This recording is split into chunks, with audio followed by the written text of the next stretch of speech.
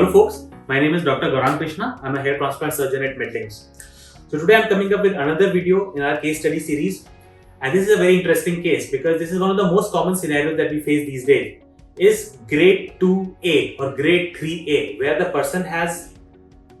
hairline of the person has receded, the forehead appears broad, and not just that, the vertex, the crown area also starts balding. So this is one of the most common patterns that we are seeing these days, which is hairline recession with a decent mid-scalp and hair loss on the vertex.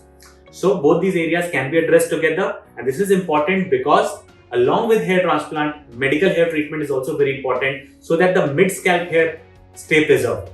Again, I'll reiterate here because there's a lot of confusion on this. A hair transplant gives us new hair. A hair transplant does not prevent thinning or recession of existing hair. For that, it's medical treatment. So when you have both the concerns, where you want to put new hair and you want to save your existing hair, we need both hair transplants and medical hair treatment. This becomes even more important when you have chosen to get a hair transplant done on the hairline at early stages of baldness, or you have chosen to get a crown or the vertex area transplant before the crown is matured completely, because you want to save your existing hair. Otherwise, you will be needing a second or a third hair transplant also.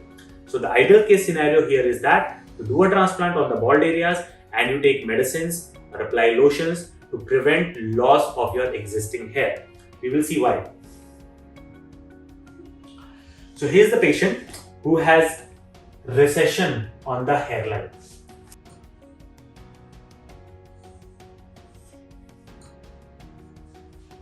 This part. So his hairline, which used to start from here, has gone back till here, and then the deep notches.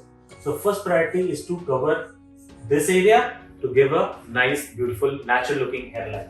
Secondly, these are the side views of the same patient. So all these areas needs to be filled. And this is his vertex baldness. Unfortunately, on this screen it is not very visible, but we'll have another photograph. So this is the area where he was losing hair on the vertex. So hairline and vertex, grade 2A. So that's what we did. We did as a hair transplant on the front. So these black dots they are seeing, these are the dried up crust. This would be around 4th to 5th day photograph. So a transplant was done on the hairline and this part of the vertex. Now, doing a hair transplant on the vertex is a tricky thing. So this is the area that was grafted. Now if you see, the hair are not in a uniform pattern. It's a whirl. So the hair are going in this direction. So this is where the beauty of a vertex transplant comes in. The hair direction has to be proper. It has to match with the existing hair direction. It has to be a whirl so that once it grows, it looks nice. Also in this picture, we can see the donor area. So you see on the 4th day, the donor area starts to heal very well. You still see scabs which will be cleaned off in due time, but there are no open wounds. So this donor area heals in about 3 to 4 days and gradually looks fine in around 10 to 15 days.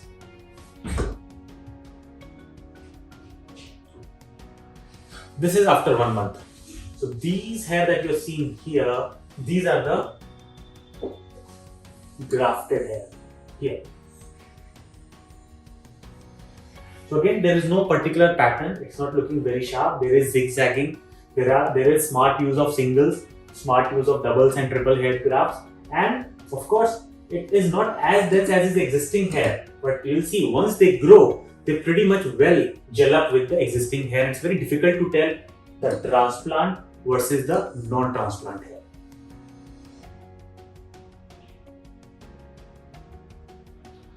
So this is the donor area. Now, normally I say that donor area becomes okay in 10 to 15 days, but in some people there is shock loss. So the hair surrounding the extracted hair may be temporarily lost that you gain in a couple of months. So even if after 15 days, 1 month, your donor area looks a bit patchy, there is no reason to worry, because whatever shock loss happens, it all recovers on itself. It's just the hair cycle thing. After 5 months, so you see the person has started to develop a nice looking hairline which is gelling up well with his non-transplanted hair. So this is the transplant zone. This is the non-transplant zone. So very difficult to tell between the two. And we plant it in a way that we go slightly inside the hairy part, which is called feathering, so that there is no clear-cut line of demarcation between transplant and non-transplant hair. This is very important when we are working on grade 2 or grade 3 patients, because the transition from transplanted hair to non-transplanted hair has to be smooth.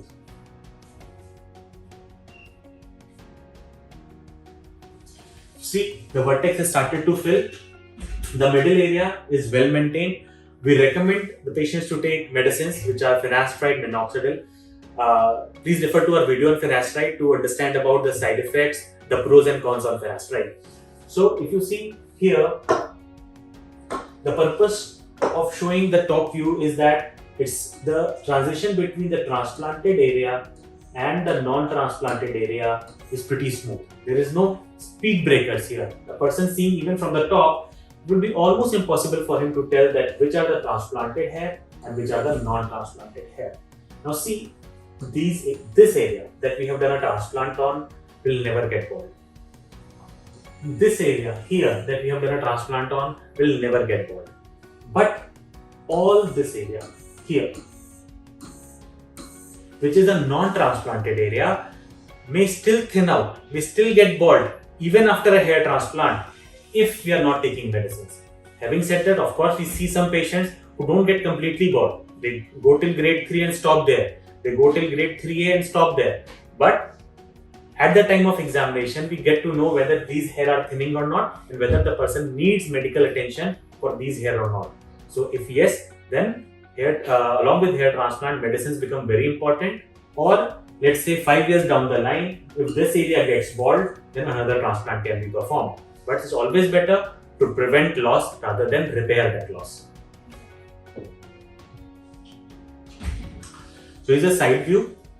Hairline is looking nice. It has gelled up well with his existing hair, and even the side, the vertex, you see the hair has started to sprout and started to fill up already.